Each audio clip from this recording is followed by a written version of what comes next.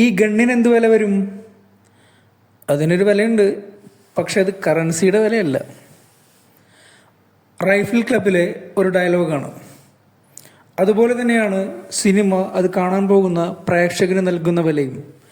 ഈ പടത്തിനൊരു വിലയുണ്ട്, പക്ഷെ അതൊരു സിനിമയുടെ വിലയല്ല, മറിച്ച് ആ സിനിമ അതിൻ്റെ ക്രിയേറ്റേഴ്സ് നമുക്ക് സെറ്റ് ചെയ്ത് വെച്ച് തരുന്ന ഒരു മൂഡിൻ്റെ വിലയാണ്. സത്യം പറഞ്ഞാൽ ഇതൊരു മൂഡാണ്, സിനിമയല്ല. കയ്യിലെ രോമമൊക്കെ എണീറ്റ് നിൽക്കുന്ന അഡ്രിനാലിൻ റഷിൻ്റെ അങ്ങേയറ്റമുള്ള ഒരു സിനിമ. റൈഫിൾ ക്ലബ്ബ് കാണാൻ പോകണോ വേണ്ടോ എന്ന് നിങ്ങൾക്ക് തീരുമാനിക്കാനുള്ള ഒരേ ഒരു ക്രൈറ്റീരിയ നിങ്ങൾക്ക് റെക്സ് വിജയനെ ഇഷ്ടമാണോ അല്ലയോ എന്നുള്ള ഒരൊറ്റ റെക്സിന്റെ പാട്ടുകൾ എങ്ങാനും ഇഷ്ടമില്ലാത്ത ആരെങ്കിലും ഉണ്ടെങ്കിൽ ഒരിക്കലും ഈ സിനിമയ്ക്ക് പോയി നിങ്ങളുടെ വിലപ്പെട്ട സമയമോ മൂഡോ പാഴാക്കി കളയാതിരിക്കുക. കാരണം it's not your cup of tea. ഇന്റർവെല്ലിന് കൈയടിച്ചിട്ട് പോപ്കോൺ വാങ്ങാൻ പുറത്തിറങ്ങുമ്പോൾ ഹനുമാൻ കൈൻഡ് നടന്നു പോകുന്ന പോലെയാണ് ഞാൻ സ്ലോ മോഷനിൽ നടന്നുപോയത്.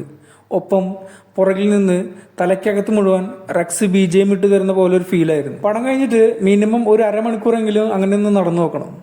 കാരണം വേറൊരു ഡ്രഗിനോ അല്ലെങ്കിൽ വേറെന്തെങ്കിലും ഒരു സംഭവത്തിനോ തരാൻ പറ്റാത്തൊരു കിക്ക് ഇത്തരത്തിലുള്ള മ്യൂസിക്കിനും ഒരു ആംബിയൻസിനും നമുക്ക് സെറ്റ് ചെയ്ത് തരാൻ കഴിയും. അതാണ് ഈ പടത്തിൻ്റെ അഡ്രിനാലിൻ റഷ്. ഒരു സിനിമയിൽ നിങ്ങൾക്ക് എന്ത് തോന്നിവാസം വേണമെങ്കിലും ചെയ്യാം. ആ സമയത്ത് പടം കണ്ടിരിക്കുന്നവന് അത് കൺവിൻസിങ് ആവണം എന്ന് മാത്രം.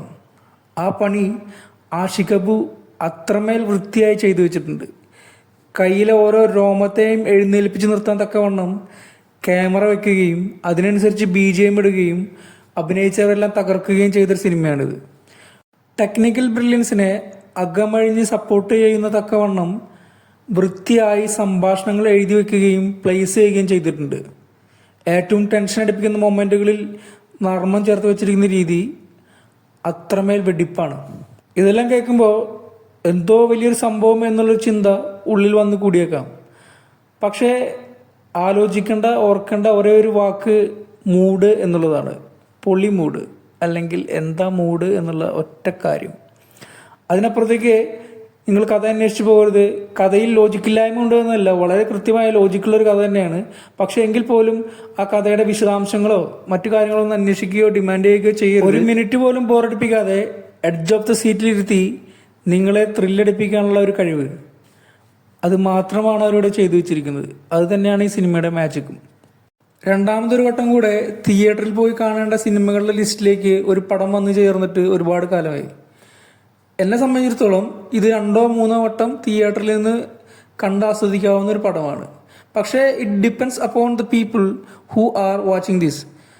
റെക്സ് വിജയനെ ഇഷ്ടപ്പെടുന്നവർക്ക്, അല്ലെങ്കിൽ ആഷിഖ് അബുവിനെ ഇഷ്ടപ്പെടുന്നവർക്ക്, അത്തരം സിനിമാ രീതികൾ ഇഷ്ടപ്പെടുന്നവർക്ക് അവർക്ക് ആഘോഷിക്കാനുള്ള ഒരു പടം. വിജയരാഘവൻ 0.32 വരും എന്ന് പറഞ്ഞ പോലെ പടം OTT വരും അപ്പോൾ കാണാം എന്നും പറഞ്ഞ് വെയിറ്റ് ചെയ്തിരിക്കുന്നവർ പ്രത്യേകം ശ്രദ്ധിക്കുക, മൂഞ്ചത്തേ ഉള്ളൂ. വെടിവെക്കുകയാണെങ്കിൽ കാട്ടിൽ പോയി വെടിവെക്കണമെന്ന് പറയുന്ന പോലെ ഈ പടം കാണുകയാണെങ്കിൽ അത് തിയേറ്ററിൽ പോയി തന്നെ കാണണം. അവസാനമായി അനുരാഗ് കശ്യപ് നിക്കറിട്ട ഒരു കഴിവേറി.